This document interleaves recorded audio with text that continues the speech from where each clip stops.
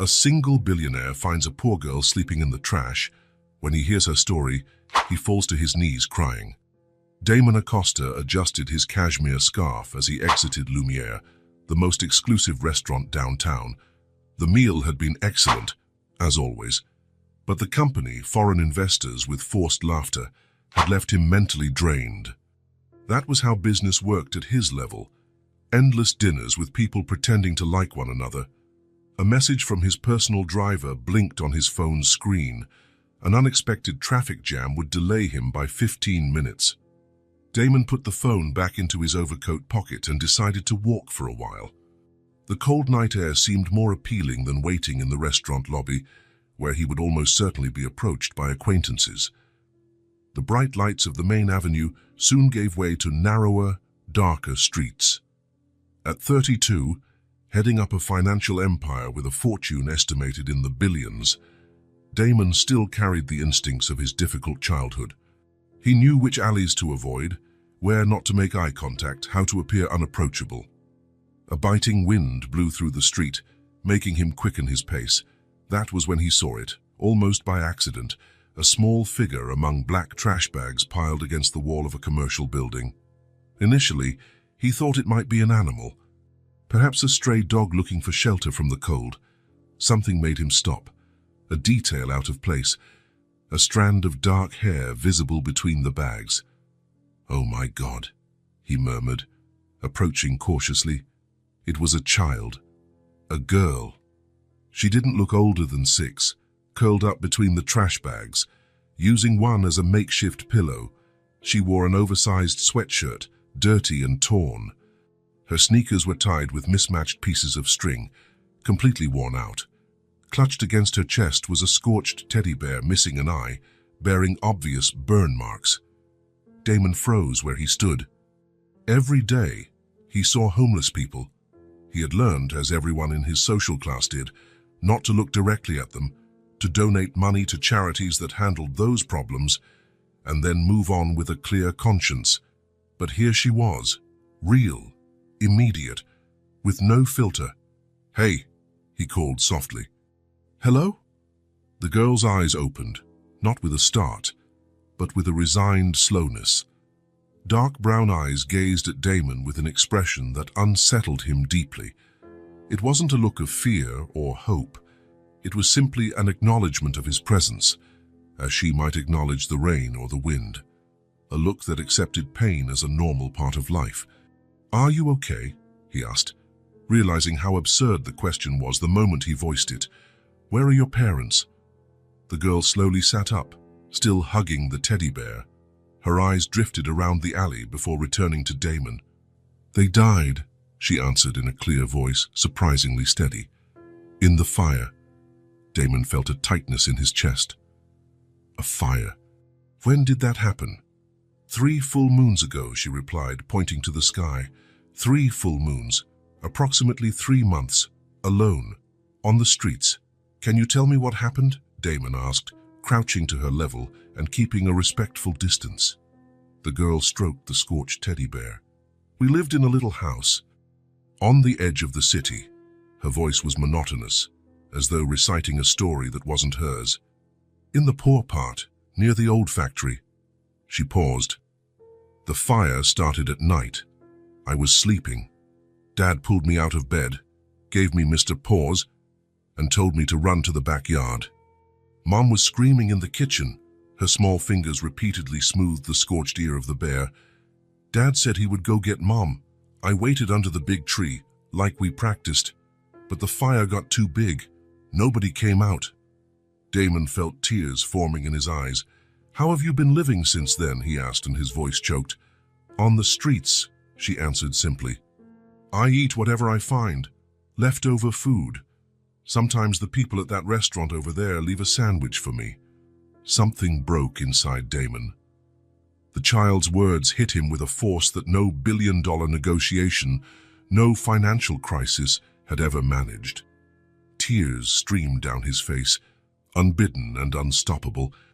His knees gave way, and he found himself kneeling on the dirty ground of the alley, weeping before a little girl who seemed to accept her fate with a resignation no child should ever know. "What's your name?" he asked between sobs, trying to regain control. "Ellie," she replied, still stroking the teddy bear, "and he's Mr. Paws." Damon swallowed the lump in his throat. "Are you hungry, Ellie?" She didn't answer, but her stomach growled loudly. She squeezed the bear tighter, as if embarrassed. Damon's phone vibrated, his driver, letting him know he'd arrived at the designated spot. Damon looked at the girl, the cold night, the piles of trash. The decision required no thought. "Ellie," he said gently, "I have a big house and with warm food and a comfortable place to sleep. Would you and Mr. Paws like to come with me? Just for tonight, if you'd prefer." The girl watched him for a long moment, as though she could read his intentions. "Why?" she finally asked. The question caught Damon off guard. It was direct, honest, and unsettlingly mature. "Because," he began, unsure how to respond, "because no one should have to sleep on the street, especially a child." Ellie continued observing him, as if processing the information. "Can Mr. Paws come too?" she asked, her voice finally showing a trace of childishness. "Of course he can," Damon replied, feeling fresh tears well up. Ellie stood up slowly. She picked up a small torn backpack from beneath the trash bags, apparently containing everything she had in the world, and held out 3 small fingers for Damon. "Okay," she said simply. The driver kept a neutral expression when Damon appeared with a dirty, ragged child, but his eyes in the rearview mirror betrayed his surprise. He was paid handsomely for his discretion. "Home, sir?" he asked, opening the limousine door. "Yes," Damon replied, helping Ellie inside. The girl looked around the luxurious interior of the car, her eyes widening slightly, the first genuinely childlike reaction she'd shown. "It's like a spaceship," she whispered to the bear, running her hand over the smooth leather seats. During the ride, Ellie remained silent, staring at the city lights through the window. Damon, in turn, couldn't take his eyes off her. He felt he was truly seeing another human being, for the first time in years. The building he lived in occupied an entire block in the most exclusive neighborhood of the city. The duplex penthouse offered a 360-degree view. The doorman, the security guard, and the elevator operator greeted Damon with their usual deference, diplomatically avoiding direct gaze at his small companion. As the private elevator doors opened directly into the apartment's foyer, Ellie finally spoke. "Do you live in the sky?" Damon felt something strange in his chest, a sweet and painful tightening at the same time. "No," he answered gently, "just very high up." The 8,000-square-foot apartment, with its minimalist decor and priceless art, had always been a source of pride for Damon. Now, seeing it through the eyes of that little girl, it seemed cold and artificial. "You must be hungry," he said, guiding Ellie to the kitchen he rarely used. He opened the refrigerator, embarrassed that he didn't know what to offer. There was champagne, caviar, imported cheeses, but nothing that seemed suitable for a child. "What do you like to eat?" he asked. Ellie shrugged. "Anything," she replied. "I'm not picky." Those simple words struck Damon like a new wound. Such a small child shouldn't have learned to be not picky about food. He found pasta, tomato sauce, and grated cheese. He had never cooked in his life, but how hard could it be? While the water boiled, he called his assistant. "Sophia, cancel all my appointments for tomorrow," he said quietly, watching Ellie, who was now placing Mr. Paws on the counter as if he were seated. "All of them. But there's the board meeting and the Japanese investors. No exceptions. And I need you to buy some things for a child. A girl of about 6, clothes, shoes, toys, the basics." The silence on the other end of the line was telling. "A child?" Sophia finally asked. "Yes. And I need everything by morning, as early as possible. Damon, do you have a daughter?" He looked at Ellie, who was now speaking softly to the scorched teddy bear. "No," he replied. "Not yet." Surprisingly, the pasta turned out edible. Ellie ate slowly, taking small, careful bites like someone who had learned to make food last. "There's more if you want," Damon said. Ellie looked at him distrustfully. Really? Really? After the meal came bath time. Damon showed her the guest bathroom, larger than many apartments, and explained how the shower worked. "Do you think you can wash yourself?" he asked, uncertain. Ellie nodded. "I've always managed on my own." Another sentence no child should ever have to say. The water ran for a long time. When Ellie finally emerged, wrapped in one of Damon's white t-shirts that fit her like a dress, she was unrecognizable. Her clean face revealed delicate features. Her hair, now visibly brown, fell in damp curls around her shoulders. Mr. Paws looked cleaner, too. "You washed your bear?" Damon asked, surprised. "He was dirty," she replied simply. "We take baths together." Damon led her to the guest bedroom.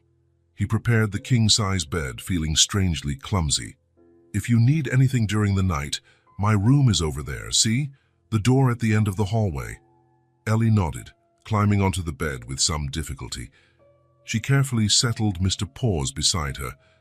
"Good night, Ellie," Damon said, heading for the door. "Good night," she replied, already heavy-eyed. "Thanks for the pasta." Damon stood in the doorway long after Ellie had fallen asleep. Watching that small figure lost in the vast bed, her fingers still gripping the teddy bear even in slumber, something had changed, something fundamental. The apartment was still the same. The expensive furniture, the spectacular view, the artificial silence guaranteed by soundproof windows, all unchanged. But Damon was not the same. For the first time in his adult life, perhaps the first time since his own childhood, he felt not the passing annoyance of a failed deal, not the fleeting satisfaction of material success, not the superficial pleasure of brief company.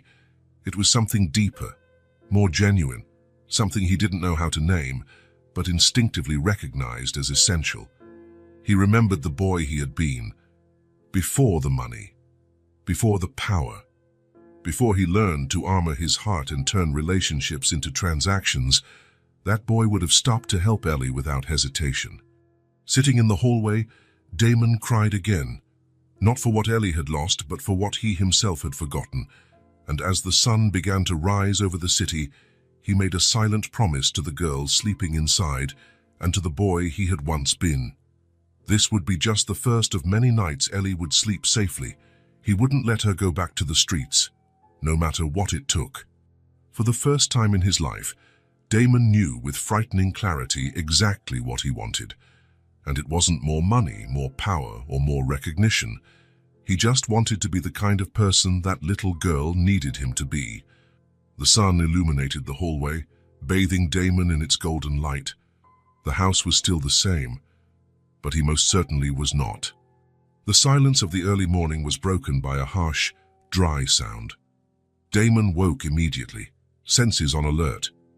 For a moment, he was disoriented in the darkness of his own bedroom, unsure what had disturbed his sleep. Then he heard it again. A cough, small, stifled, as if the person coughing tried to muffle the sound. Ellie. Damon sprang from bed, not bothering with slippers or a robe over his silk pajamas. He hurried down the hallway, guided only by the faint emergency light near the private elevator. The door to the guest room was slightly ajar, just as he had left it a few hours before. He pushed it gently. "Ellie." Another cough, followed by a low moan. Damon turned on the most distant lamp from the bed, letting a soft glow illuminate the room without glaring directly on her. The girl sat in the huge bed, hugging Mr. Paws, her eyes shiny and her face flushed. Even in the dim light, Damon could see beads of sweat on her small forehead.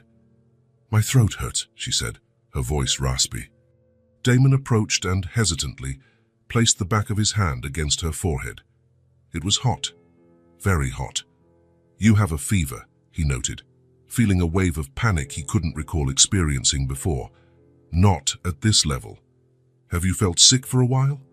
Ellie shrugged, a gesture Damon was beginning to recognize as her standard response to many questions. "It gets worse at night," she said simply, which meant it wasn't the first time. She'd likely been feeling ill for days, maybe weeks, sleeping with a fever out in the cold streets. Another wave of coughing shook her fragile body, this time more intense, leaving her gasping.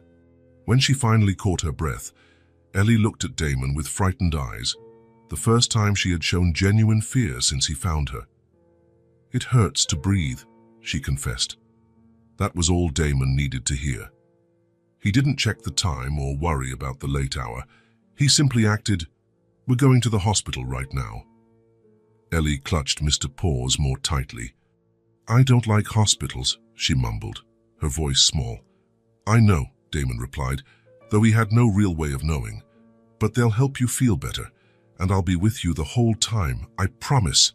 He grabbed the nearest blanket and wrapped Ellie in it, creating a protective cocoon around her and the scorched bear. Without a second thought, he lifted her in his arms. She was so light, painfully light. He was already in the hallway, heading for the elevator, when he realized he was still in pajamas, barefoot. It didn't matter. Nothing mattered except getting medical help for Ellie. The private elevator opened directly into the underground garage. The night security guard's eyes widened at the sight of the billionaire barefoot, carrying a child wrapped in a blanket. "Mr. Acosta, is everything—" "My car, now." The guard reacted immediately, opening the door of the black Range Rover parked in the reserved spot. Damon set Ellie carefully in the back seat, making sure the seatbelt protected her without constricting too much. "Which is the closest hospital?" he demanded, taking the wheel himself. "Tell me." "Regional Medical, sir. 3 blocks to the right. Then—" Damon was already speeding up the exit ramp, not bothering with the rest of the directions. He would find the way. He always did. The streets were almost empty at that hour, so they arrived at the ER in under 10 minutes. Damon parked haphazardly near the entrance, unconcerned about possible tickets. Carrying Ellie inside, he headed straight for the triage desk. He hesitated for a fraction of a second. "This little girl needs immediate care. She has a high fever and trouble breathing." The nurse on duty glanced up from her computer screen, assessing the unusual scene.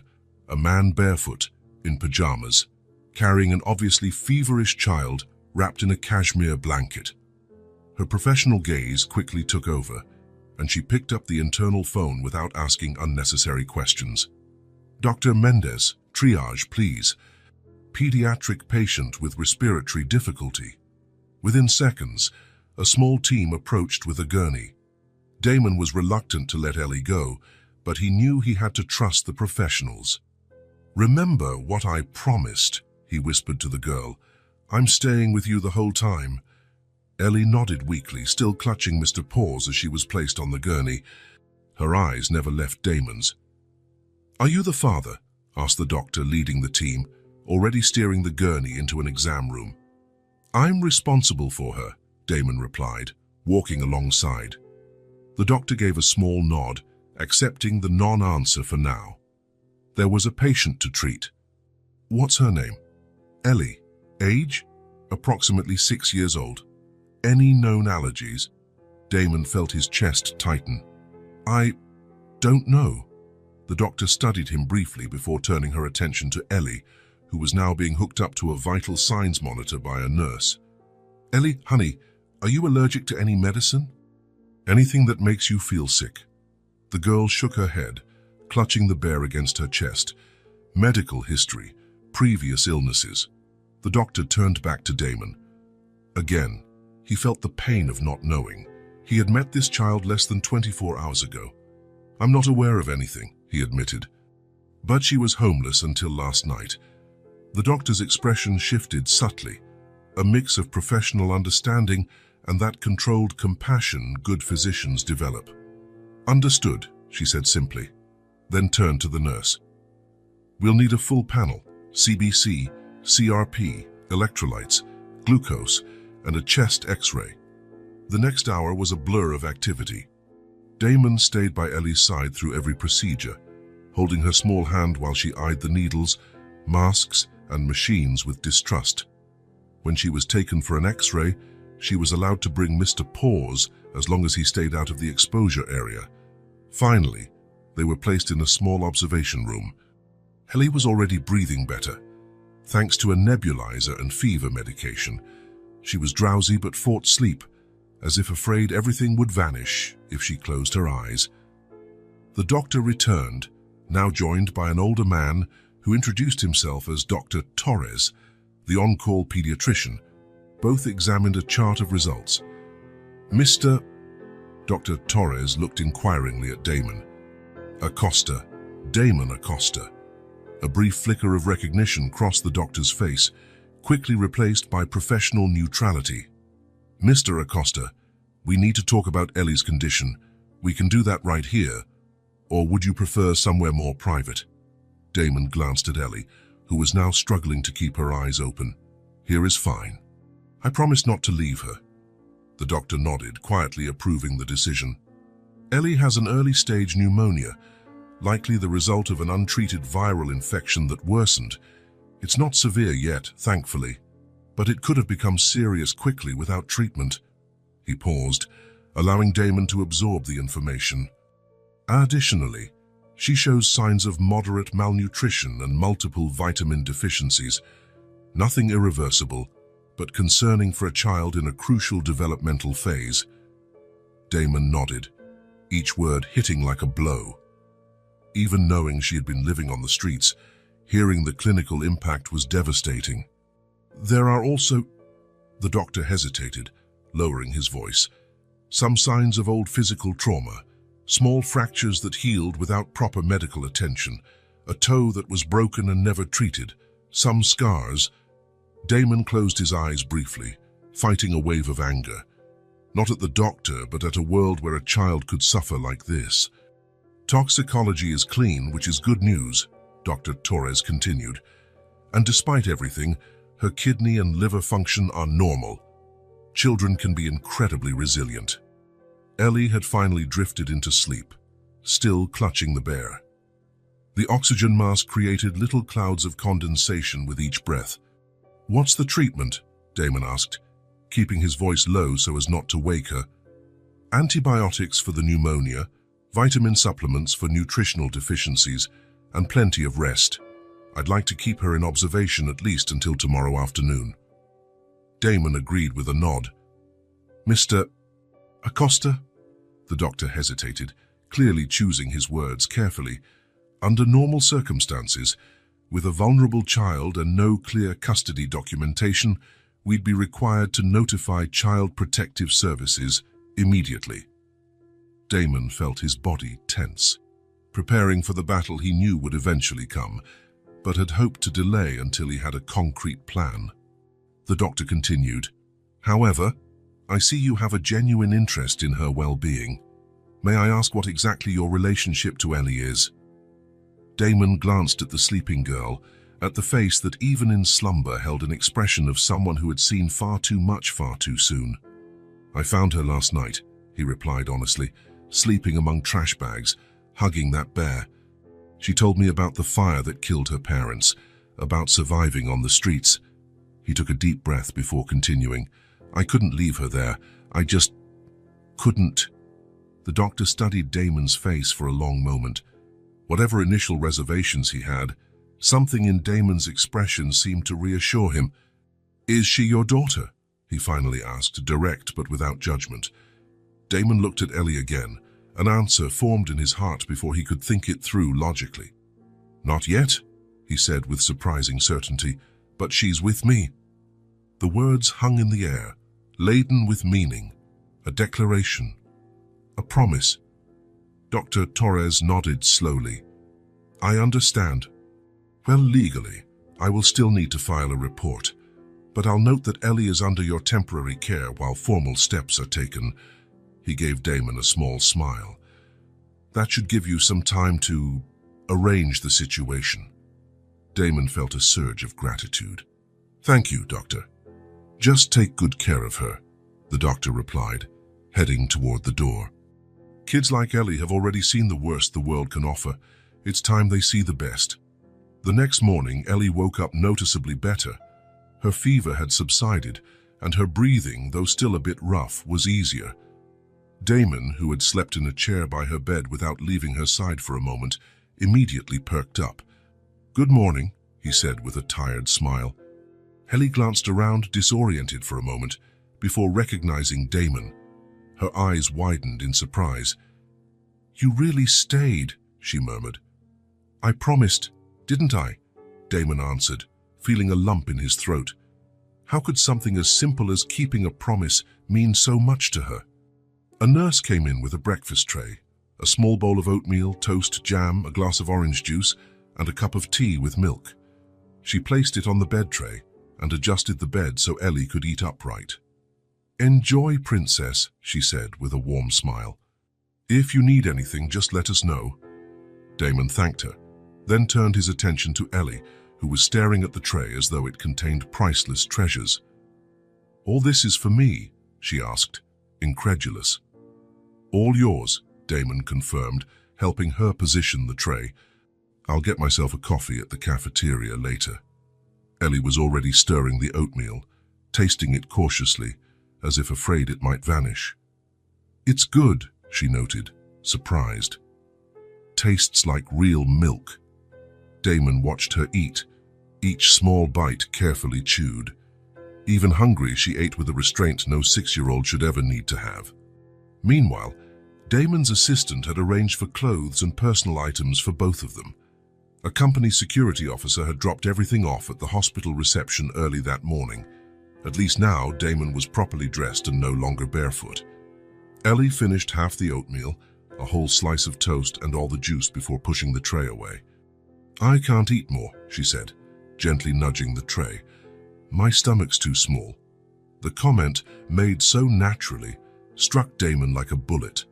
Her stomach was small because she was used to having far too little for far too long. "That's fine," he reassured her, removing the tray. "You can eat more whenever you feel hungry again." Ellie nodded, leaning back against the pillows, still clutching Mr. Paws. She looked like she wanted to say something but hesitated. "What is it?" Damon asked gently.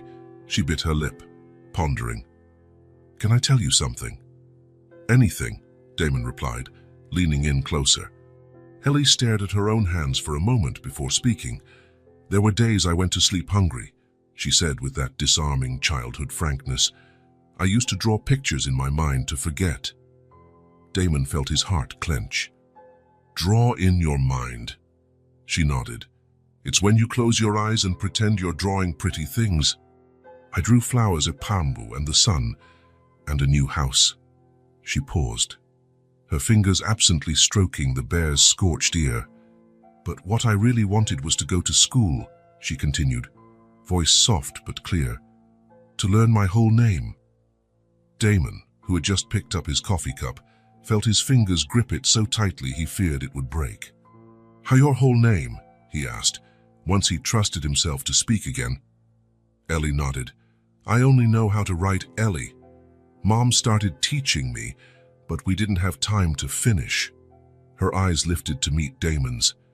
"My name is Eleanor, but it's hard to write." Eleanor, a little girl with such an elegant name, sleeping among trash bags.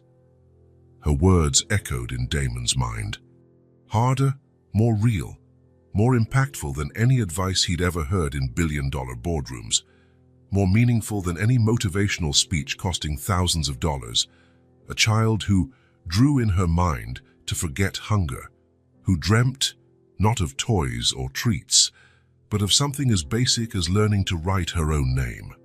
At that moment, any residual doubt Damon might have harbored vanished completely. He hadn't simply decided to help Ellie. He'd decided to rebuild her world, give her everything she deserved, and he had no doubt she was staying, not just temporarily, not just until a more proper solution was found. She was staying with him, permanently, because now he understood, with crystal clarity, that he needed her as much as she needed him. In the quiet of the hospital room, as Ellie drifted back to sleep, safe and medicated, Damon made another silent vow. Eleanor, her full name, her entire name, would be the first of many lessons, and he would stand by her every step of the way. Later that morning, the department store was opened exclusively for them. Damon had insisted. He didn't want Ellie exposed to crowds, nor did he want to turn the experience into a spectacle for curious onlookers who might recognize the billionaire with a child. Ellie, recently discharged from the hospital, still coughed occasionally. Her small body needed time to recover its strength. Damon, meanwhile, juggled urgent video calls with his unwavering dedication to the girl who had changed his world in just a few days. "What do you think of this?" he asked, holding up a navy blue dress with little white stars embroidered on it. Ellie observed the piece with cautious interest, touching the fabric as if testing its reality. Her fingers traced the embroidered stars with silent reverence. The next 2 hours were a discovery for both of them. Damon had never helped a child pick out clothes. Ellie had never had the chance to try on new clothes, much less choose what she actually liked. At first, she accepted everything without protest. Damon had to watch her carefully to see what genuinely appealed to her, an extra sparkle in her eyes, a slight smile, fingers lingering over a particular fabric. "We don't have to buy everything," he said gently, realizing how large their pile of chosen items had grown. "Only what you really like." That was when Ellie finally gathered the courage to speak up. "Can I pick one thing I really, really want?" "Of course," Damon replied. "What is it?" Ellie shyly pointed to a pair of purple sneakers with little lights that blinked with each step. "They glow," she explained, as though she needed to justify her desire. Damon felt a knot in his throat, a pair of light-up sneakers. So simple, so common for most children, a basic joy Ellie had never experienced. "We'll buy every model they have," he told the sales assistant, then knelt to help Ellie try on the purple pair. The girl's eyes widened as she took her first steps and saw the tiny lights flashing. A smile, the first truly spontaneous one Damon had seen, lit up her face. "Look, Mr. Paws," she exclaimed to the teddy bear who remained her inseparable companion. "We're glowing." From clothes and shoes, they moved on to the toy section. Damon dismissed the help of the store clerks. He wanted to watch Ellie, to see what truly caught her attention, without interference. The girl walked slowly down the aisles, eyes wide. She stopped in front of a shelf of stuffed animals. "They're new," she observed with a wisdom beyond her age. "Mr. Paws is old, but he knows more stories." Damon smiled. "Mr. Paws is special, but maybe he'd like some friends." Ellie considered the idea seriously. Finally, she chose a gray elephant with a gentle expression. "He looks kind," she explained. "He can be friends with Mr. Paws." From stuffed animals, they moved on to games and puzzles. Ellie showed particular interest in colorful building blocks and a box of crayons. "Do you like to draw?" Damon asked. "Never did it for real," she replied. "Only in my mind." Those words, which Ellie said so naturally, hit Damon hard. He remembered her confession at the hospital, how she drew in her mind to forget her hunger. "Then we'll get you all the supplies you need to draw for real," he declared, adding sketchbooks, colored pencils, paints, and brushes to the already overflowing cart. In the children's book section, Ellie grew especially quiet. She touched the brightly colored covers with reverent care. "Do you like stories?" Damon asked. Ellie nodded. "Mom used to read to me. I can't read by myself yet." "I can read to you," Damon offered, "until you learn." For the first time, Ellie picked something off the shelf without asking. A book featuring a girl and a bear on an adventure through a forest on the cover. "He looks like Mr. Paws," she explained, showing him the illustration, from one book to many, from building blocks to educational games, and more clothes. The shopping trip became a journey of discovery. The cart was replaced by 2, then 3, until employees had to begin packing items into large bags. On the way home, Damon noticed Ellie kept her face close to the car window, watching the streets with particular attention. "What are you looking at?" he asked gently. "The people," she answered simply. "So many are sleeping outside." Damon followed her gaze. Indeed, a few homeless individuals were visible on that stretch of road, people he had likely passed hundreds of times without truly noticing. "Yes," he agreed, unsure what else to say. That lady, Ellie pointed to an elderly woman sitting on a piece of cardboard on the sidewalk. She used to give me a slice of bread whenever she had some. Damon felt a pang in his chest. The girl recognized people she had encountered during her months on the streets. People who, with the little they had shown kindness to an abandoned child. He ordered the driver to stop. Before Ellie could ask why, Damon got out of the car and walked over to the woman. He spoke to her briefly, placed something in her hand, and returned to the vehicle. "What did you give her?" Ellie asked, curious. "Enough money for a place to stay for a few weeks," he answered honestly, "and my card, so she can contact me if she needs more help." Ellie nodded, as if it made perfect sense. "She's kind," Ellie affirmed. "She always shared, even when she didn't have much." The rest of the ride was punctuated by similar observations. Ellie discreetly pointed out specific people: a senior man with a skinny dog, a young mother begging with a baby in her arms, a teenager sleeping in a building entrance. She had a story for each. The old man had once shared a can of tuna with her. The young mother let her sit beside them on days of heavy rain, sheltering under a small store awning. The teenager had shown her the best places to find still edible discarded food. Damon listened silently, seeing his city, her city, through Ellie's eyes. A city of invisible connections among the forgotten. A network of solidarity among those society preferred not to see. When they arrived home, the packages were laid out in the living room. Ellie, still wearing her purple light-up sneakers, looked at the mountain of bags with an expression somewhere between wonder and confusion. "It's all mine." "All yours," Damon confirmed. With heartbreaking caution, the girl began opening the packages. Instead of the eagerness one would expect from a child faced with so many new toys, she examined each item carefully, as if wanting to memorize every detail. Gradually, the toys began occupying the large Persian rug in the living room. Colorful blocks turned into towers. Stuffed animals were arranged in a circle, like a solemn gathering. Books were stacked by size. Damon, seated on the sofa, watched with a smile. He couldn't remember the last time he'd cancelled so many appointments in a row, or the last time he'd spent so much time at home. And, surprisingly, he didn't miss the adrenaline of meetings, negotiations, and professional achievements. He was completely absorbed in the transformation happening right there on his imported rug, the transformation of Ellie from a street child into simply a child. Suddenly, he noticed she was watching him. There was something different in her eyes now, an unspoken question. Ellie stood up, holding a box of building blocks. She walked over to him, her sneakers flashing with each step, and held out her small hand. "You can play too," she said, her voice an earnest invitation. Damon looked at that outstretched hand, at the face that, for the first time since they'd met, truly looked childlike in its hopeful expression. Without hesitation, he set his phone aside and slid off the sofa to join her on the rug, kneeling beside her.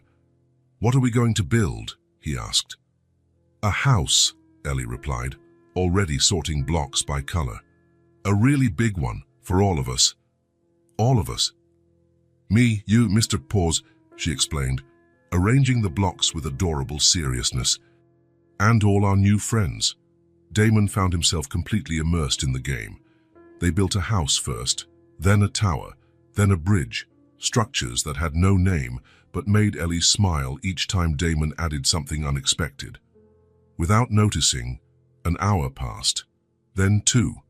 The afternoon sun cast colorful reflections through the penthouse's large windows, painting the rug with patches of light that seemed part of their game. Then, as he watched Ellie carefully place a blue block on top of their joint creation, Damon felt something strange in his chest, a warmth and expansion as though his heart had learned a new rhythm. He realized it with crystal clarity that he had never felt anything like this. Not during major professional achievements, not in million-dollar acquisitions, not in nights at exclusive resorts. There, kneeling on a rug, building a castle of colorful blocks with a little girl fate had put in his path. Damon finally understood Genuine affection lives in the simple things. It lives in sneakers that light up, in block castles, in shy smiles, in tiny hands inviting you to play. In the following days, after Ellie's complete recovery, Damon decided it was time to introduce her to the world beyond his apartment. Part of him dreaded this moment, the collision between the protective bubble he'd created for her and the reality of the city. They started with walks in the park. Ellie, initially timid in open spaces, soon discovered the joy of swings and slides.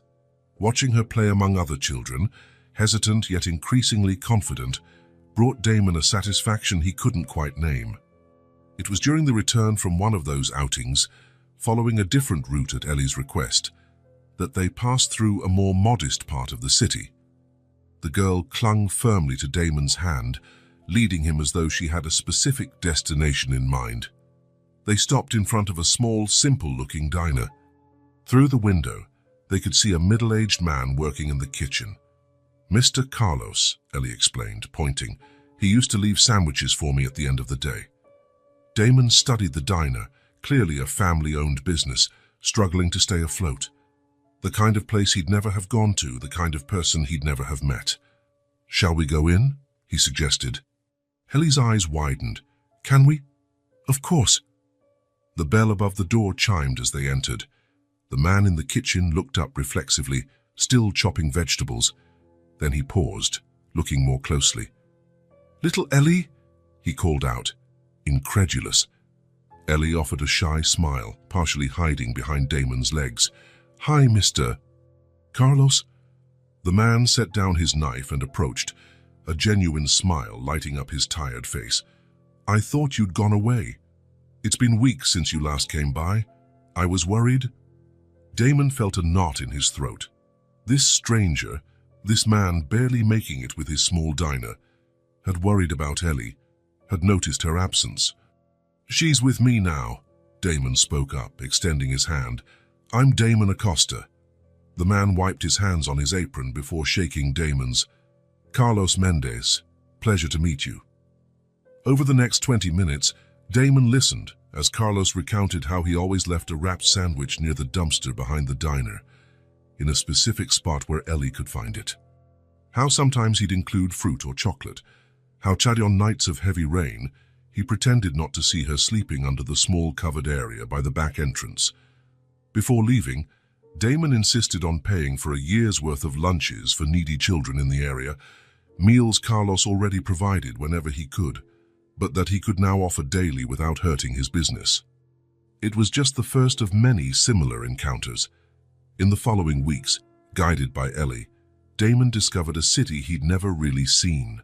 The fruit stand lady, who sometimes let a piece of fruit fall so Ellie could pick it up. The doorman of a commercial building who let her use the staff restroom. Small acts of kindness, simple gestures of humanity, an invisible network of support that had kept Ellie alive when all official systems failed her. And with each encounter, each story, Damon felt himself changing. It was as though layers of indifference cultivated over years of privilege were being peeled away one by one. The homeless people he used to overlook now had faces, names, stories.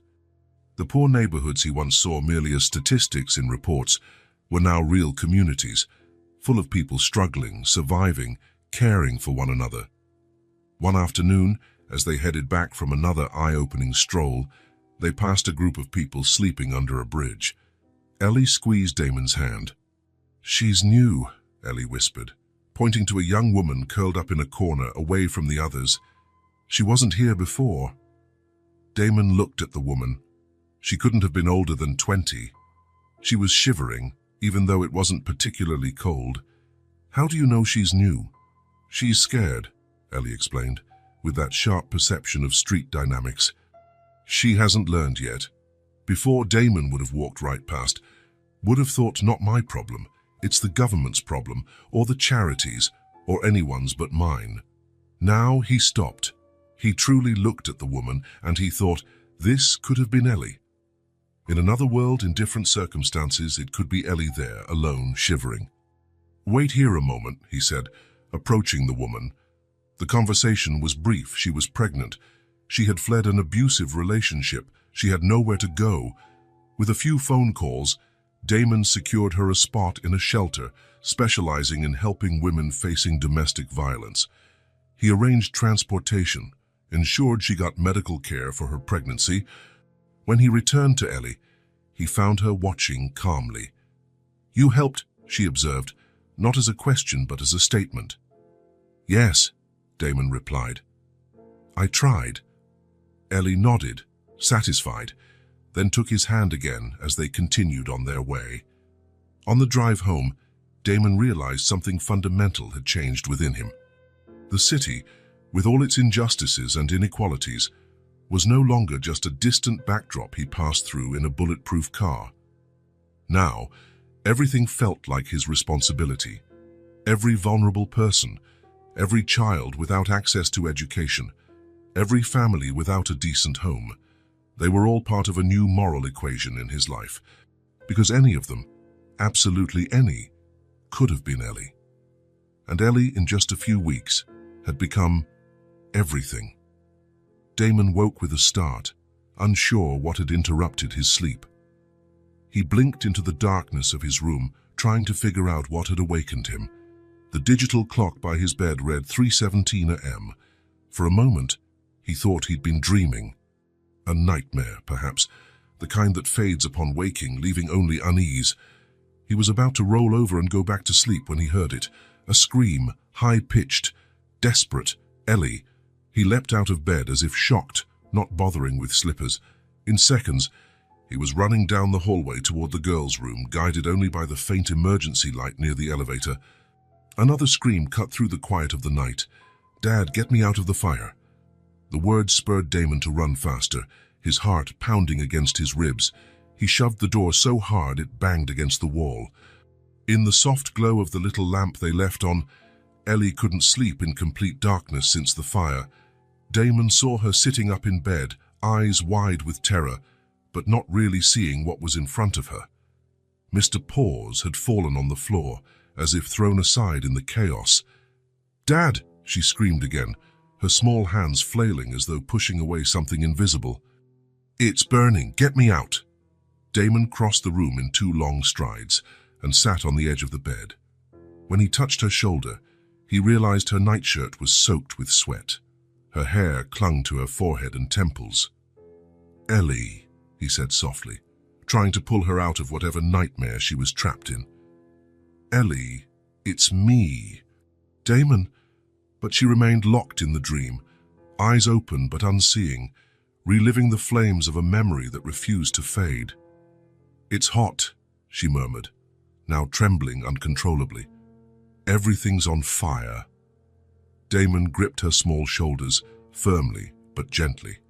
"Eleanor," he said, using her full name, which he rarely did. "Wake up. You're safe." It was a nightmare. Finally, her eyes seemed to focus. She blinked several times, as if adjusting to reality, leaving the nightmare world behind.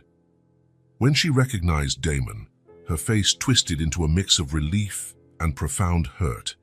So strong he felt it physically in his own chest. "Damon!" she whispered, voice raw from screaming. I saw the fire again. Then, without warning, she flung herself at him, throwing her arms around his neck and clinging to him as if he were the only solid thing in a collapsing world.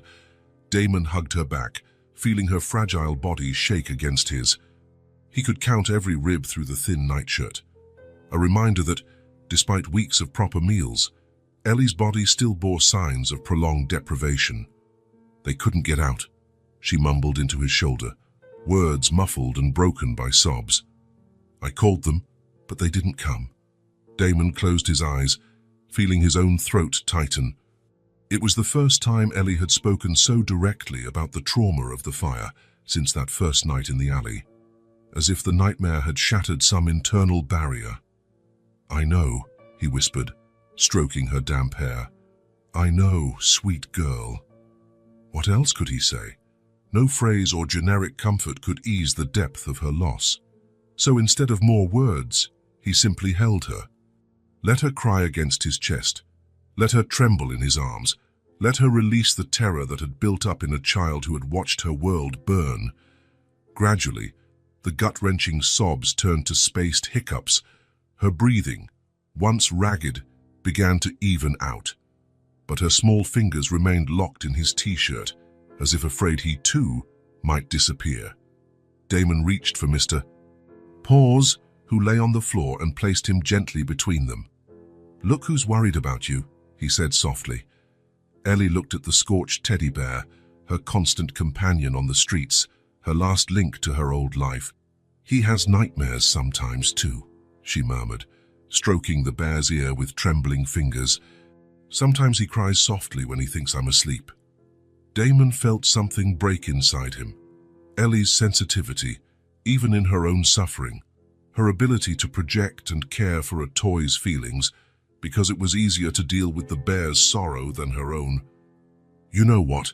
he said, adjusting the sweat-soaked pillow. "I think you both need to sleep somewhere safer tonight."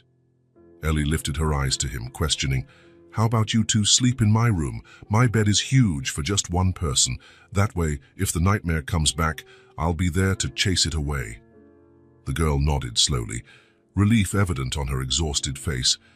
Damon scooped her up effortlessly, along with Mr. Paws and her favorite blanket, a soft, light blue one she had personally picked out at the store.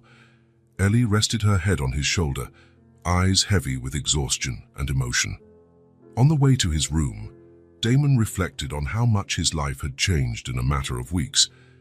It had been years since anyone else slept in his bed. The few women who had passed through never stayed for breakfast, let alone midnight comfort after a nightmare. Now, he was carrying a frightened child to sleep by his side, and nothing in the world felt more necessary or natural. He laid Ellie down on the right side of the king-size bed, set Mr. Paws beside her, and pulled the covers gently over her. "I'm going to get you a glass of water," he said, realizing she was likely dehydrated after so much crying. But when he started to pull away, her small hand grasped his fingers with surprising strength. "Don't go," she whispered, fear returning to her eyes. "Stay here." Damon hesitated only a second before giving in. He sat on the edge of the bed and held her hand in his. "You're safe," he said, mustering all the conviction he could. "I'm here, I promise." Ellie studied him carefully, as though weighing that promise. Finally, with a soft sigh, she closed her eyes. Her fingers, however, stayed firmly around his, like an anchor to reality. Damon remained like that, seated on the edge of the bed, holding Ellie's hand, until her breathing deepened into sleep. Even then, he didn't let go. Instead, carefully, he lay down beside her, keeping his hold on her small hand. In that space between waking and sleep, he had a clarity he'd never experienced. This girl, this small hand in his, this absolute trust was all that mattered. Not the billion-dollar contracts, not the hostile takeovers, not the corporate empire he'd built. None of it compared to the responsibility of keeping that one promise. "I'm here."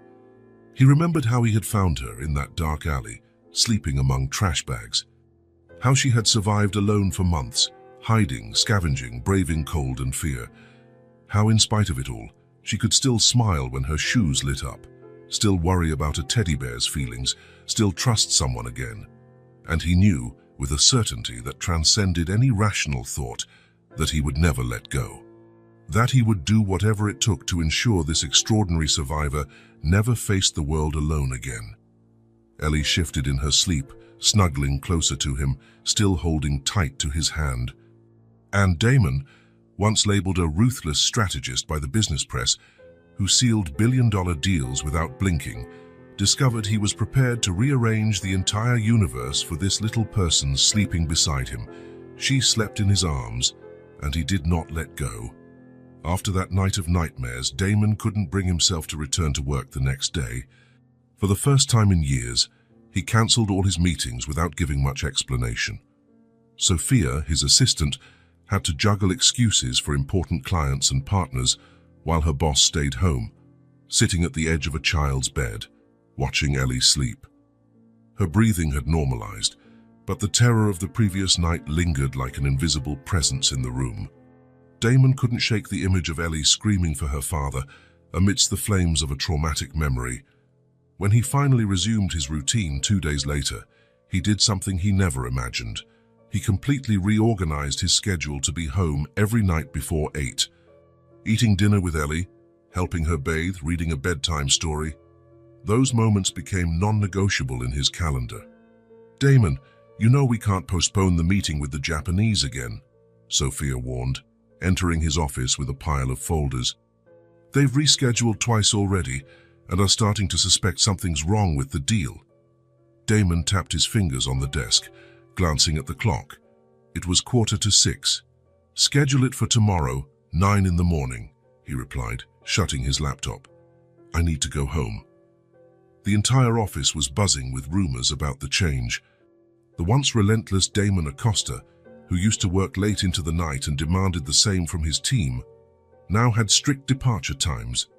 Speculation ran wild, a serious illness perhaps, a secret affair. The truth, which few knew yet, was far more transformative. Damon was in the process of securing temporary custody of a little girl he'd found on the streets. "The papers are ready," Helena Martinez, his lawyer, announced that morning, handing him a folder.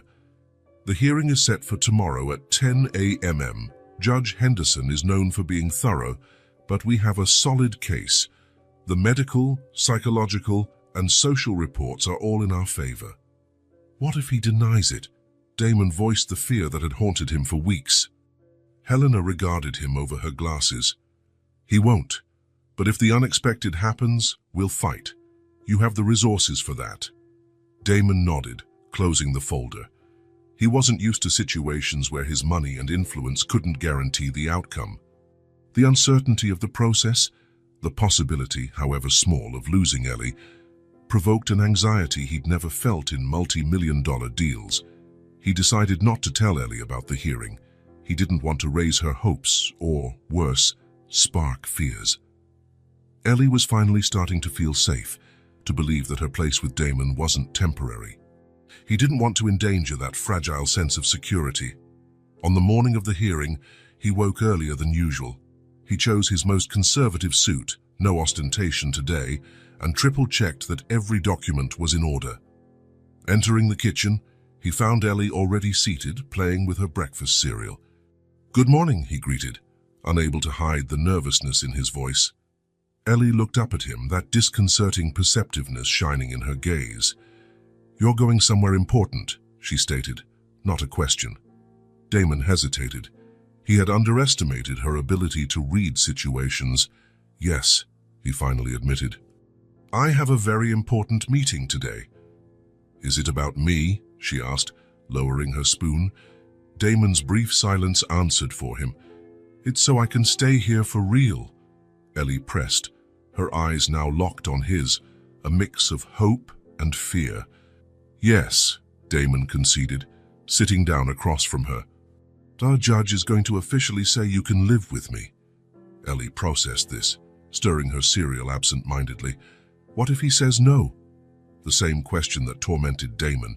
"He won't," Damon said with more confidence than he felt. "But even if he does, we'll keep trying. I promise I won't give up, Ellie." She nodded slowly, seeming satisfied with the answer. Then, to Damon's surprise, she extended her small hand across the table. "Good luck," she said seriously. Damon took that tiny hand and felt a fierce determination surge within him. He would fight the entire system if needed. The hearing turned out to be surprisingly brief. Judge Henderson, a stern-looking man with gray hair, asked direct questions and carefully reviewed the reports. He listened to the social workers, the psychologist working with Ellie, and Damon himself. "Mr. Acosta," the judge finally said, "this court grants temporary custody of the minor Eleanor Santos to you for 6 months, after which we will reassess for a decision on permanent guardianship. Monthly progress reports are required." Damon felt a wave of relief so intense he feared his legs might buckle. Temporary custody. The first official step. Legal recognition of something his heart already knew. Returning home, he found Sophia waiting in the lobby, looking urgent. "The video conference with Los Angeles started 20 minutes ago," she informed him, handing over a folder. "The board is waiting. It's the vote on the TechVision acquisition." The TechVision acquisition. The deal Damon had been crafting for months. $4 billion. A transaction that would shape the entire next fiscal year. "I'm on my way," he replied automatically, taking the folder. He rode the elevator up to the penthouse, finding Ellie in the living room, drawing. When she saw him, her face lit up. "What did the judge say?" she asked, setting down her colored pencils. "He said yes," Damon smiled. "You stay with me." Ellie's smile, once so rare, now becoming more frequent, spread across her face, but it soon grew serious again. "You have to work now?" she asked, noticing the folder in his hands. "Yes, I have a very important meeting," Damon explained. "Lisa, your babysitter, will stay with you." Ellie nodded, returning to her drawing with a resigned acceptance unbefitting such a young child. She was used to not being anyone's priority, not demanding attention, not minding when she was left behind. Damon felt a pang in his chest. He remembered the night of her nightmare, the promise he'd made. "I'm here." "Ellie," he called, placing the folder on the table. "What do you want to do today?" She looked up at him, puzzled. "Don't you have a meeting?" "I do, but—" He hesitated, then asked, "Do you want me to stay with you today?" Ellie's eyes widened for a moment, caution soon returning. "Can you stay with me today?" she asked, voice small, testing this new possibility as if she didn't quite believe it. Damon glanced at the folder containing months of work, at the phone vibrating with urgency, at the corporate empire demanding his constant presence. Then he looked at Ellie, at the eyes that had seen the worst of the world, yet still held the capacity to trust. At the tiny hands gripping colored pencils like they were treasures. "Yes," he said, with a certainty that surprised him. "I can stay with you today." He called Sophia. "Cancel the video conference. Tell the board to vote without me or reschedule for next week." "Damon, this is TechVision. You've worked on this. I know exactly what it is," he interrupted softly. "And I know the company will survive without me for a day. Today I have something more important." He hung up and put the phone on silent. "So where do we go?" Ellie asked, still seeming unsure. "Anywhere you want," Damon answered. "This is our day." They spent the afternoon at the park, ate burgers at a humble diner, something Damon hadn't done in decades, visited the zoo, and finished the day watching the sunset from a bench by the lake. As Ellie fed breadcrumbs to the ducks, her face bathed in the setting sun's glow, Damon glanced quickly at his phone, dozens of missed calls, urgent emails. A postponed vote, dipping stock prices. At any other time in his life, this would have been considered a disastrous day, but watching Ellie, peaceful as she fed the ducks, Damon knew he had made the right choice. Emails could wait. Meetings would be rescheduled. Stocks would recover. This moment would not come again. As he mentally reorganized his life, his commitments, his priorities, Damon realized a fundamental truth. Being a father wasn't just about providing shelter, food, and safety. It was about learning to choose heart over spreadsheets, love over logic, the present moment over strategic planning. And for the first time, he understood why this wasn't a sacrifice, it was a privilege. The idea took shape in Damon's mind during his walks with Ellie around the city. The girl, now more confident by his side, began pointing out places and people who had been part of her street life. "That's where Mr. John sleeps," she'd explain, pointing to a gap between two commercial buildings. "He shared his cardboard with me when it got really cold." Or, "The flower lady let me stay near her stand when it rained a lot. She said I scared away thieves." Each story revealed an invisible network of solidarity, small gestures that kept Ellie alive during those months of abandonment. People who, despite having little on, still shared what they had. After one of these walks, Damon spent the entire night awake, planning. By dawn, he had the outline of a project in mind. "I want to buy the old textile factory building on Palmer Street," he announced to Eduardo Villas, his COO, the next day. "That one in the rundown industrial district?" Eduardo asked, confused.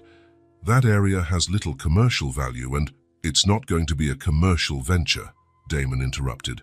"It will be the headquarters of the Aurora Foundation." In the following weeks, the project took shape at a speed only Damon's virtually unlimited resources could manage. Architects, engineers, social workers, and medical professionals were consulted. The abandoned building, once a symbol of urban decline, began its transformation. The foundation will provide temporary shelter with individual and family rooms, 3 daily meals, basic medical care, legal assistance, and job training programs, Damon explained to the hired team. "I want it to be a place of dignity, not just charity." Word spread quickly that the reclusive billionaire Damon Acosta was investing a fortune in a social project. The same journalists who had once speculated about his personal life now questioned his sudden philanthropic interest. Damon ignored the questions, the speculation, the interview requests. To him, the foundation wasn't a PR stunt or a way to appease his conscience. It was a natural extension of the transformation Ellie had sparked within him. At home, he talked to Ellie about the project, showing her the plans in ways she could understand. "It'll be a place where people can take a shower and sleep in real beds," she asked, studying the architectural models with bright eyes. "Yes, and also get medical care, learn new job skills, solve paperwork issues," Damon explained. "A place to start over." Ellie nodded thoughtfully. Like Mr. John, he could go there. "He has a dog." The question made Damon realize something none of his consultants had mentioned: how important pets can be to people experiencing homelessness. Many refuse shelters because they can't bring their companions. "Yes, he could," Damon replied. "And his dog would be welcome too." The next day, a new addition was made to the project, a pet-friendly area with basic veterinary care. That was how the dynamic worked between them. Ellie, with her direct experience and unique perspective, identified needs that experts with years of study overlooked. And Damon, with his resources, turned those observations into tangible solutions. When the architectural designs were finalized, Damon brought home the final blueprints to show Ellie. They sat at the dining room table, where she spent hours drawing, a therapeutic activity for her. "What do you think?" he asked, laying out the colorful plans. Ellie studied them attentively, her small fingers tracing the outlines of the planned spaces. "It looks nice," she finally said, "but something's missing." "What?" Damon asked, intrigued. Ellie didn't answer immediately. Instead, she picked up a blank sheet and began to draw. Damon watched silently as she concentrated, tongue sticking out a bit while she switched between colored pencils. Half an hour later, she held up the finished drawing. "Like this," she announced. It was a house. Not an architecturally accurate rendering, but the universal concept of home children draw.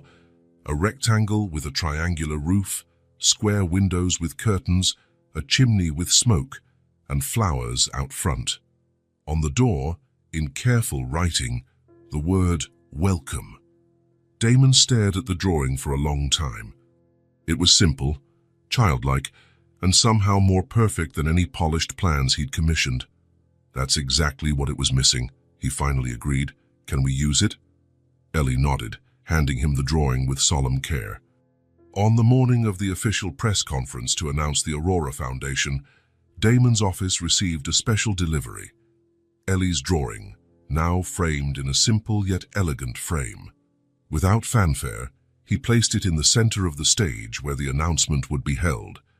When journalists and guests arrived, many wondered why a child's drawing hung among sophisticated scale models and high-tech presentations.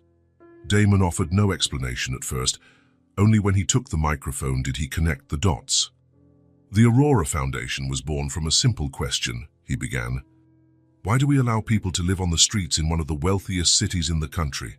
Why do we accept this as normal?" He paused, looking at the framed drawing. It took a child to show me what had been in front of my eyes for decades, to teach me to see not just abstract problems, but real people. To remind me that effective solutions begin with something as simple as an open door and a single word, welcome. Camera flashes captured the moment Damon touched the frame reverently. No one in the auditorium fully grasped the personal transformation that gesture symbolized. The headlines the next day focused on the millions invested, the innovative architecture, the pioneering programs the foundation would implement. They speculated on Damon Acosta's motives behind his philanthropic turn. None captured the simple truth Damon now knew with absolute certainty. The Aurora Foundation hadn't been born out of guilt, charity, or a corporate strategy. It wasn't born of statistics or studies on social inequality. It hadn't even been born solely from his own personal transformation. Its mission had grown from the love of a child who, having known the worst of humanity, could still draw open doors and write welcome. A child who, even after sleeping among trash bags, dreamed of homes where everyone was safe. That night, after the media frenzy died down, Damon found Ellie waiting at home. She greeted him with the question she always asked after his absences. "Did everything go okay?" "Yes," he answered, sitting beside her. "Thanks to your drawing." Ellie smiled, that smile growing less rare every day. "You're going to help a lot of people, right?" "We are," Damon corrected. "This project is just as much yours as it is mine." The girl nodded, satisfied, and went back to her new drawing, another house, another garden, another world where everyone was welcome. And Damon realized, watching her, that he had received far more than he had ever given.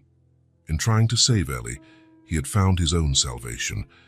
The official envelope arrived on an otherwise ordinary Wednesday, while Damon was reviewing expansion plans for the Aurora Foundation. The family court letterhead made it stand out from the usual correspondence. New hearing date for re-evaluation of the temporary custody of Eleanor Santos. 6 months had passed quickly. 6 months of transformations, lessons, and small daily victories. Ellie's first day attending any form of school, her first birthday party, the first time she said goodnight without fear of the nightmares returning. Damon had known this moment would come. Temporary custody had always been just the first step. Now the system wanted to see if he was suitable as Ellie's permanent guardian and, potentially, her adoptive father. "Mr. Acosta, do you have a minute?" The voice of Lisa, the social worker assigned by the court to monitor Ellie's case, interrupted his thoughts. She made monthly visits, observing Ellie's adaptation and assessing Damon's household. "Sure, come in," he replied, indicating the chair in front of him. Lisa sat down, adjusting her red-framed glasses while consulting her notes. "The re-evaluation hearing is scheduled for next week," she began. "I need to inform you it will be a more rigorous process than when you were granted temporary custody." Damon nodded, waiting for her to continue. "The court has appointed a full multidisciplinary team. You and Ellie will be interviewed separately. There will be additional psychological evaluations and a deeper investigation into your background and your capacity to raise a child with complex trauma." "I understand," Damon replied, managing to keep a neutral tone despite the tension building in his shoulders. "We'll do whatever is necessary." Lisa hesitated, choosing her words carefully. "Damon, I must be honest. Despite Ellie's obvious progress and the excellent environment you've provided, there are concerns." "What kind of concerns?" "Well, the traditional profile the system prefers for adoption or permanent guardianship is not yours. Typically, it's established families, couples with prior experience raising children, more conventional people." "You're saying I'm unsuitable because I'm single?" Damon asked, a hint of challenge in his tone. Lisa sighed. "It's not my personal opinion. My reports have consistently been positive, as you know. But the evaluation committee and the judge may have reservations, your relative youth, the fact that you're single, your lack of prior experience with children, your demanding work routine, which I've completely adapted over the last 6 months," Damon interrupted. Yes, and that's in my reports, Lisa assured. But I'm trying to prepare you for the questions that will come up. It'll be intense scrutiny. We don't want any surprises. After Lisa left, Damon remained in his office, gazing at a framed photograph on his desk, Ellie on a park swing, smiling openly, a snapshot taken just a few weeks before. How could he explain to the court that this rare smile was the best proof of his success as her guardian? In the days leading up to the hearing, Damon prepared as if for the most important negotiation of his life. He reviewed every report, every evaluation, every document pertaining to the case. He consulted experts in family law, child psychology, and other adoptive parents. But mainly, he tried to keep Ellie's routine stable. He didn't want her feeling the uncertainty weighing on him. "Why are you awake?" asked her sleepy voice one night, when Damon, unable to sleep, was reviewing documents in the living room. He looked up, surprised, and saw Ellie standing in the doorway, hugging Mr. Paws. "Just working a bit, sweetie," he said, trying to sound casual. "Go back to bed, it's late." Instead of obeying, Ellie approached, noticing the papers spread out on the table. "They're about me?" she asked, recognizing her name on one of the pages. Damon hesitated, then nodded. They had an unspoken rule of always being honest, even when it was hard. "They're for the court hearing," he explained. "Remember we talked about it? It's when a judge decides if you can stay with me forever." Ellie nodded, serious. Then, to Damon's surprise, she placed a small hand over his. "It's going to be okay," she affirmed confidently. "Ms. Lisa said you're the best new dad she's ever seen." Damon smiled at the term Ellie had invented for him. He wasn't her biological father, so he was her new dad. "She said that, huh?" "Yup," she thought I wasn't listening. Damon felt a surge of gratitude for the social worker and her quiet support.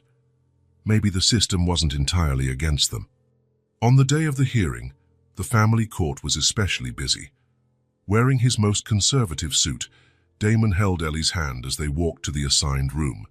Helena Martinez, his lawyer, waited at the entrance. "They're all in there," she said in a low voice. "The full evaluation committee, plus Dr. Phillips as an independent consultant, and Judge Henderson." "Any surprises we should know about?" Damon asked. Helena hesitated. "We received last-minute notification. A distant cousin of Ellie's was located in another state. She's not seeking custody, but the fact that there's living biological family could influence the decision."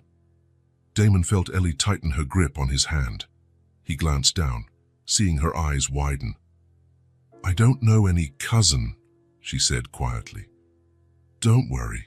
Helena knelt to speak at Ellie's level. "No one can take you away if you don't want to go.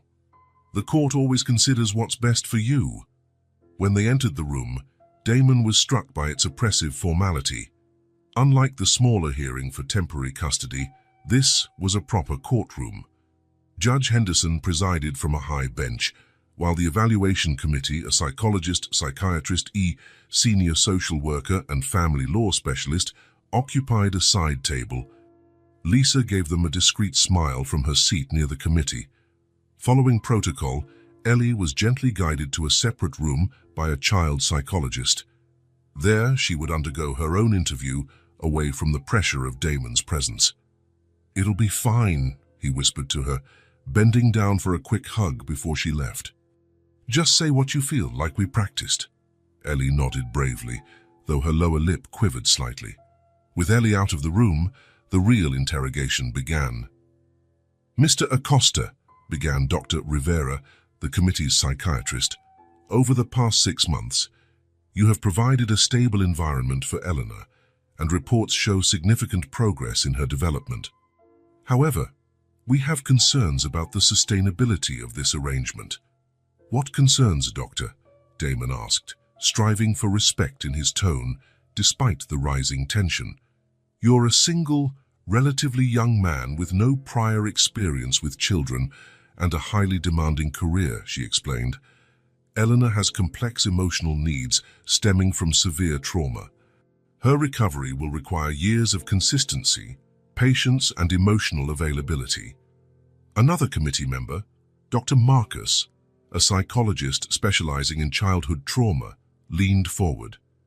Mr. Acosta, do you realize what it truly means to raise a child with Ellie's history of trauma? Behavioral difficulties can manifest unpredictably in the coming years.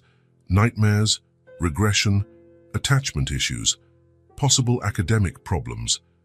The initial phase you've experienced could be the easiest. The word easiest made Damon clench his fists under the table. Nothing in the last 6 months had been easy.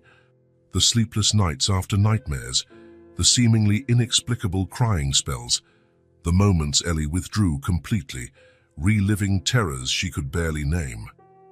Then he remembered the other moments. Her first genuine laugh, the first time she let him braid her hair, the day she ran into his arms after school, instead of waiting timidly for him to approach. Damon took a deep breath and looked squarely at the committee. "I don't know everything," he admitted, surprising even his lawyer with his candor. "I'm not naive enough to think I fully understand what Ellie went through or what she'll still face, but I do know what she means to me." He paused, gathering his thoughts. "When I found Ellie, I was a different man. Someone who measured worth in numbers, who saw people as statistics. Because of her, I changed everything. My routine, my priorities, my worldview. I learned to be patient when I never was. I learned to listen when I always preferred to speak. I learned to put someone else first, for the first time in my life." Judge Henderson, who had been quietly observing, gestured for him to continue. "Mr. Acosta, we understand you've formed a bond with the child, but this court must consider her long-term best interests. How do you plan to balance your demanding career with Eleanor's ongoing needs?" "I've completely reorganized my company to prioritize Ellie," Damon replied. "I've delegated responsibilities, cut down on travel, implemented remote work so I can be available. I created the Aurora Foundation, inspired by her, and now we run our social projects together. She comes with me, shares ideas, learns about helping others." Helena stepped in, providing concrete details. "My client reduced his workload by 60%, instituted remote work 3 days a week, and transferred 40% of his executive responsibilities to ensure he's available for Eleanor." The hearing lasted nearly 2 hours. Every aspect of Damon's life was scrutinized: his childhood, past relationships, physical and mental health, finances, educational plans for Ellie, strategies for handling her trauma. When Ellie returned, escorted by the psychologist, she looked tired but calm. She held a new drawing in her hands. "Eleanor was very participative in our interview," the psychologist explained. "She expressed herself mainly through drawings, as is her habit. She asked to show this one to the court." Judge Henderson gestured for the drawing to be handed to him. He examined it for a moment, then passed it to the committee. Damon caught a brief glimpse of it, a picture of Ellie and him holding hands outside the home they now shared. Above them, a large, smiling sun. In the corner, Mr. Paws looking on. "Eleanor," the judge addressed the girl gently, "would you like to say anything to the court?" Ellie looked from Damon to the judge, then to the committee. Her voice was small but firm. "I want to stay with Damon. He promised he wouldn't leave me, and he never breaks his promises." The silence that followed was tangible. "Mr. Acosta," the judge said, "do you have a final statement?" Damon stood, heart pounding. He had prepared a careful speech with Helena, supported by data and verifiable commitments. But looking at Ellie, at her trusting, hopeful eyes, he knew no scripted statement would suffice. This wasn't about calculated arguments. He reached into his jacket and pulled out a small folder. From it, he took some of Ellie's drawings from the past months, the earliest ones just hesitant scribbles, the latest, more detailed pictures of them in the park. "Your Honor, members of the committee," he began, his voice more earnest than he'd ever used in a courtroom, "I could list all the changes I've made, all the resources I can offer, all the guarantees I can provide. But the simplest truth is this: He paused, meeting the judge's gaze. She saw me when I no longer saw anyone. When I walked through the world blind to others' suffering, she made me stop and look. She taught me how to love, to pause, to care. Damon handed the drawings to the judge, who studied them intently. I never planned to be a father. It wasn't in my vision of success, but she chose me that night out of all the people who passed by that alley. And I won't let go. His voice wavered on the final sentence, cracking under the emotion he tried to contain. These drawings show our journey, from a girl who barely trusted enough to hold 3 of my fingers, to the child who now runs to meet me at the end of the day. I'm not perfect. I'm learning every day. But I promise to keep learning, adapting and growing for her. The silence was profound. Even Helena seemed surprised by the raw emotion in Damon's statement, normally so composed. Judge Henderson examined the drawings a moment longer, then set them down carefully. This court will consider all evidence presented today, as well as expert reports and Eleanor's interview, he announced formally. Given the complexity of the case and the need to thoroughly review every aspect, I'm reserving my decision for a new hearing in 1 week. As the judge left and the committee members gathered their materials, Damon felt the weight of uncertainty settle over him. 1 week of waiting, 1 week of doubts. Ellie approached and took his hand naturally. "So you spoke so nice," she said simply. Damon managed to smile despite his apprehension. "I just told the truth." As they left the room, Lisa drew near discreetly. "That was good testimony," she whispered. "The drawings, that was a brilliant touch. It's the purest evidence you could offer." "It wasn't calculated," Damon admitted. "They're the only documents that really matter to me." Lisa nodded, understanding. "The committee is rigorous but fair, and Judge Henderson, formal as he may be, prioritizes the child's well-being over conventions. But the outcome is still uncertain," Damon said, voicing the fear consuming him. "Yes," Lisa agreed, as honest as always. "But if you want my personal opinion, in 6 years on this job, I've never seen such a positive transformation in both child and adult. That counts for a lot." Leaving the courthouse, Damon looked at Ellie walking beside him, her small hand firmly in his. He noticed how she now walked with her head held high, how her steps were more confident, how she no longer flinched at every unexpected noise. Whatever the final decision, that transformation was real, and it was worth fighting the entire system for. The week leading up to Judge Henderson's final decision was the longest in Damon's life. Every phone call made his heart skip. Every new email raised hopes, then dashed them when it wasn't news from the court. By day, he maintained a facade of calm for Ellie's sake. By night, when she slept, he allowed himself to consider the unthinkable. What if he lost? On the eve of the final hearing, his lawyer, Helena Martinez, called. "I just spoke to the judge's clerk," she said, barely containing excitement. "I can't confirm anything officially, Damon, but I think you should prepare a celebration for tomorrow." Damon felt a wave of hope, but refused to embrace it fully. Years of corporate negotiations had taught him that nothing was certain until the final signature. The next morning, he helped Ellie into her favorite dress, blue with small embroidered butterflies. Mr. Paws wore a makeshift bow tie of matching ribbon. The drive to the courthouse was quiet. Damon struggled with his anxiety, while Ellie gazed out the window, absent-mindedly stroking the bear's scorched ear, a gesture she made when nervous. The courtroom felt less intimidating this time. Maybe because they knew the layout, or maybe because Lisa had arranged for them to arrive early and get comfortable. When Judge Henderson entered, everyone stood. He scanned the room briefly before his gaze settled on Ellie and Damon. After the opening formalities and the reading of final reports, the judge cleared his throat and began his verdict.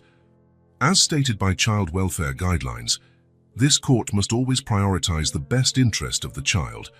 We have thoroughly evaluated the environment provided by Mr. Acosta, the progress Eleanor has shown, the emotional bonds formed, and the stability of this arrangement. The judge paused, adjusting his glasses. "It's true that Mr. Acosta does not fit the conventional profile favored by the system. However, this court cannot ignore the substantial evidence of Eleanor's significant improvement under his care, physically, emotionally, socially, and academically. Damon felt Ellie squeeze his hand so tightly it almost hurt. Therefore, it is the decision of this court to grant permanent guardianship of Eleanor Santos to Mr. Damon Acosta, with a favorable recommendation to begin full adoption proceedings should both parties wish to pursue it. The words hung in the air for a moment. Permanent guardianship, legal confirmation of what his heart had known for months. Beside him, Ellie looked confused by the legal terminology. "What happened?" she whispered. Damon knelt to her level, tears already welling in his eyes. "It means you're staying with me. Forever, if you want." Ellie's face lit up, and then something rare and precious happened. A smile that started small and grew until it took over her whole face, until it reached her eyes, until it became a laugh that filled the formal courtroom. Ignoring protocol, she threw her arms around Damon's neck. "Forever," she repeated, as a statement of fact. After wrapping up paperwork and exchanging congratulations, they left the courthouse. But instead of heading straight home, Damon took an unexpected turn. "We have an important appointment now," he said as he drove. "What appointment?" Ellie asked curiously. "One we've postponed while waiting for the judge's decision," Damon replied with a mysterious smile. "It's a surprise." 20 minutes later, they parked in front of a traditional uniform shop. Ellie's eyes widened when she realized, "It's for the new school?" she asked, her voice a mixture of excitement and nerves. During the provisional custody period, Ellie had received tutoring at home. The decision not to immediately enroll her in a formal school was recommended by psychologists to help her adapt and catch up academically. "Yes, for the Rainbow Institute," Damon confirmed. "You start on Monday." The school had been carefully chosen. A small institution with a personalized approach, well equipped to support children with past trauma. Inside the store, a sales assistant greeted them, having already set aside the required items. Navy blue skirt, white blouse, sweater with the school emblem, white socks, and black shoes. "You can try them on in the fitting room, sweetheart," she said kindly. Damon waited patiently, checking a few emails on his phone, when he heard the fitting room curtain open. He looked up and felt an unexpected tightness in his chest. Ellie stood fully dressed in the uniform. The navy blue contrasted with her now healthier, longer brown hair. Her new shoes gleamed. The sweater fit snugly on her small shoulders, no longer bony after months of proper nutrition. But most striking was the expression on her face. She regarded her reflection with a mix of surprise and wonder, as if seeing someone else. "How do you like it?" Damon asked, once he found his voice. Ellie turned slowly, checking every angle. Then she looked at him, her eyes reflecting a question that went far beyond the uniform. "Am I like the other kids now?" she asked, her voice revealing how important that question was to her. The question hit Damon like a punch, like the other kids. Normal, belonging. Everything she wanted after being singled out by abandonment and survival on the streets. Damon knelt in front of her, gently adjusting the collar of her new blouse. "You're better than anyone I've ever known," he answered with utter sincerity. "And this is just a uniform. What makes you special is right here." He lightly tapped her chest, where her heart beat. "Your courage, your kindness, your strength. That's what really matters. But yes, you look like a perfect student in that uniform." The smile she gave him in return felt like a ray of sunshine after a long winter. They bought all the necessary items, extra uniforms, notebooks, pencils, backpacks. Ellie insisted on carrying everything herself, though she could barely manage the bag's weight. Her pride in her new status was clear. Sanistams, mark the next morning, the first one in which Ellie was legally Damon's beyond question, both woke earlier than usual. Although school wouldn't start for days, Ellie asked to wear the uniform for a walk in the park. "To get used to it," she explained seriously. "Lisa said it's good to practice new things." Damon made a special breakfast, pancakes shaped like animals, a skill he'd recently acquired from single-parent cooking tutorials online. After breakfast, they walked hand in hand to the nearby park. Ellie, perfectly dressed in her uniform, kept glancing up every few steps to confirm Damon was still there. A habit that had lessened over time, but still appeared in important moments. "Do you think I'll make friends?" she asked as they crossed the grass. "I'm sure of it," Damon replied. "Who wouldn't want to be friends with someone as amazing as you?" Ellie considered his answer, serious. "But what if they ask about before, about the fire and the street?" Damon paused, sitting down on a nearby bench and motioning for her to join him. "You only share what you want to share when you want to share it," he explained. "Your story is yours, Ellie. You decide who deserves to know it." She nodded, absorbing his words. "But I can tell them about you," she decided, "how you found me, and about Mr. Paws." "Sure," Damon smiled. "That's an important part of our story." They sat there for a while, watching other children play. Damon noticed how Ellie observed them closely, analyzing their interactions like an anthropologist studying a new culture. "It'll be fine," he assured her, squeezing her hand gently. "And I'll be with you every step of the way." Ellie smiled, her gaze now less apprehensive, the beginning of a new future for them both.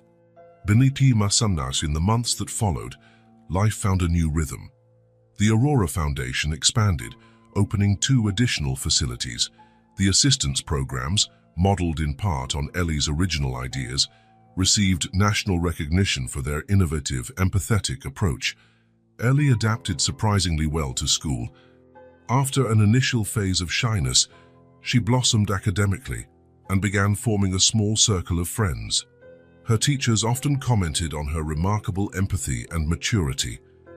The official adoption was finalized 6 months after Damon was granted permanent guardianship.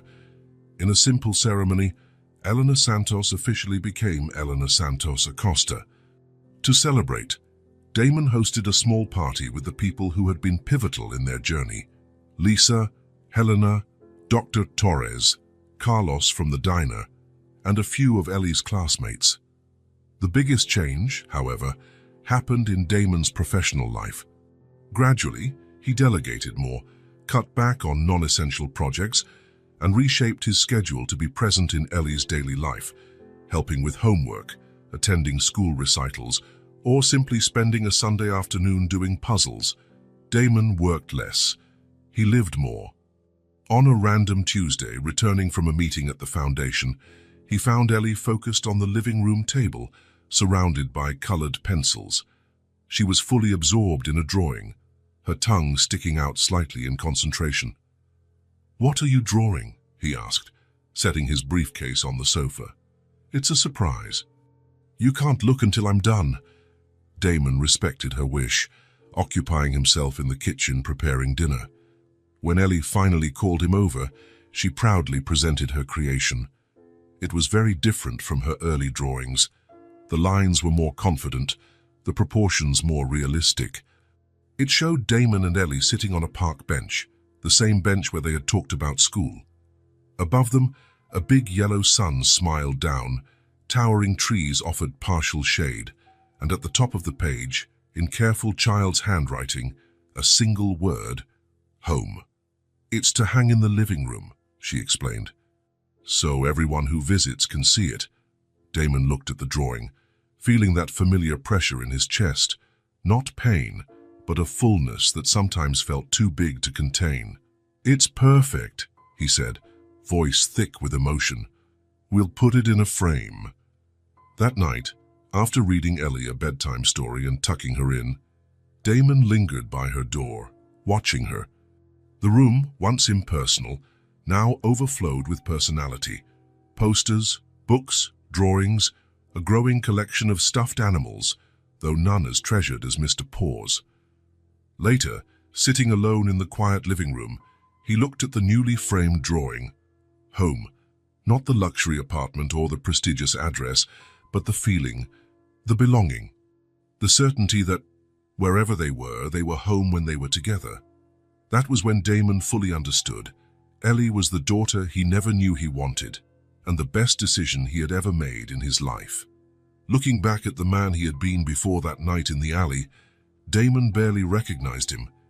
That man, so obsessed with acquisitions and wins, would never have understood that his greatest triumph wouldn't be measured by bank digits or business headlines, but by the hesitant smile of a child learning to trust again, and by a simple drawing of two people holding hands beneath a smiling sun at home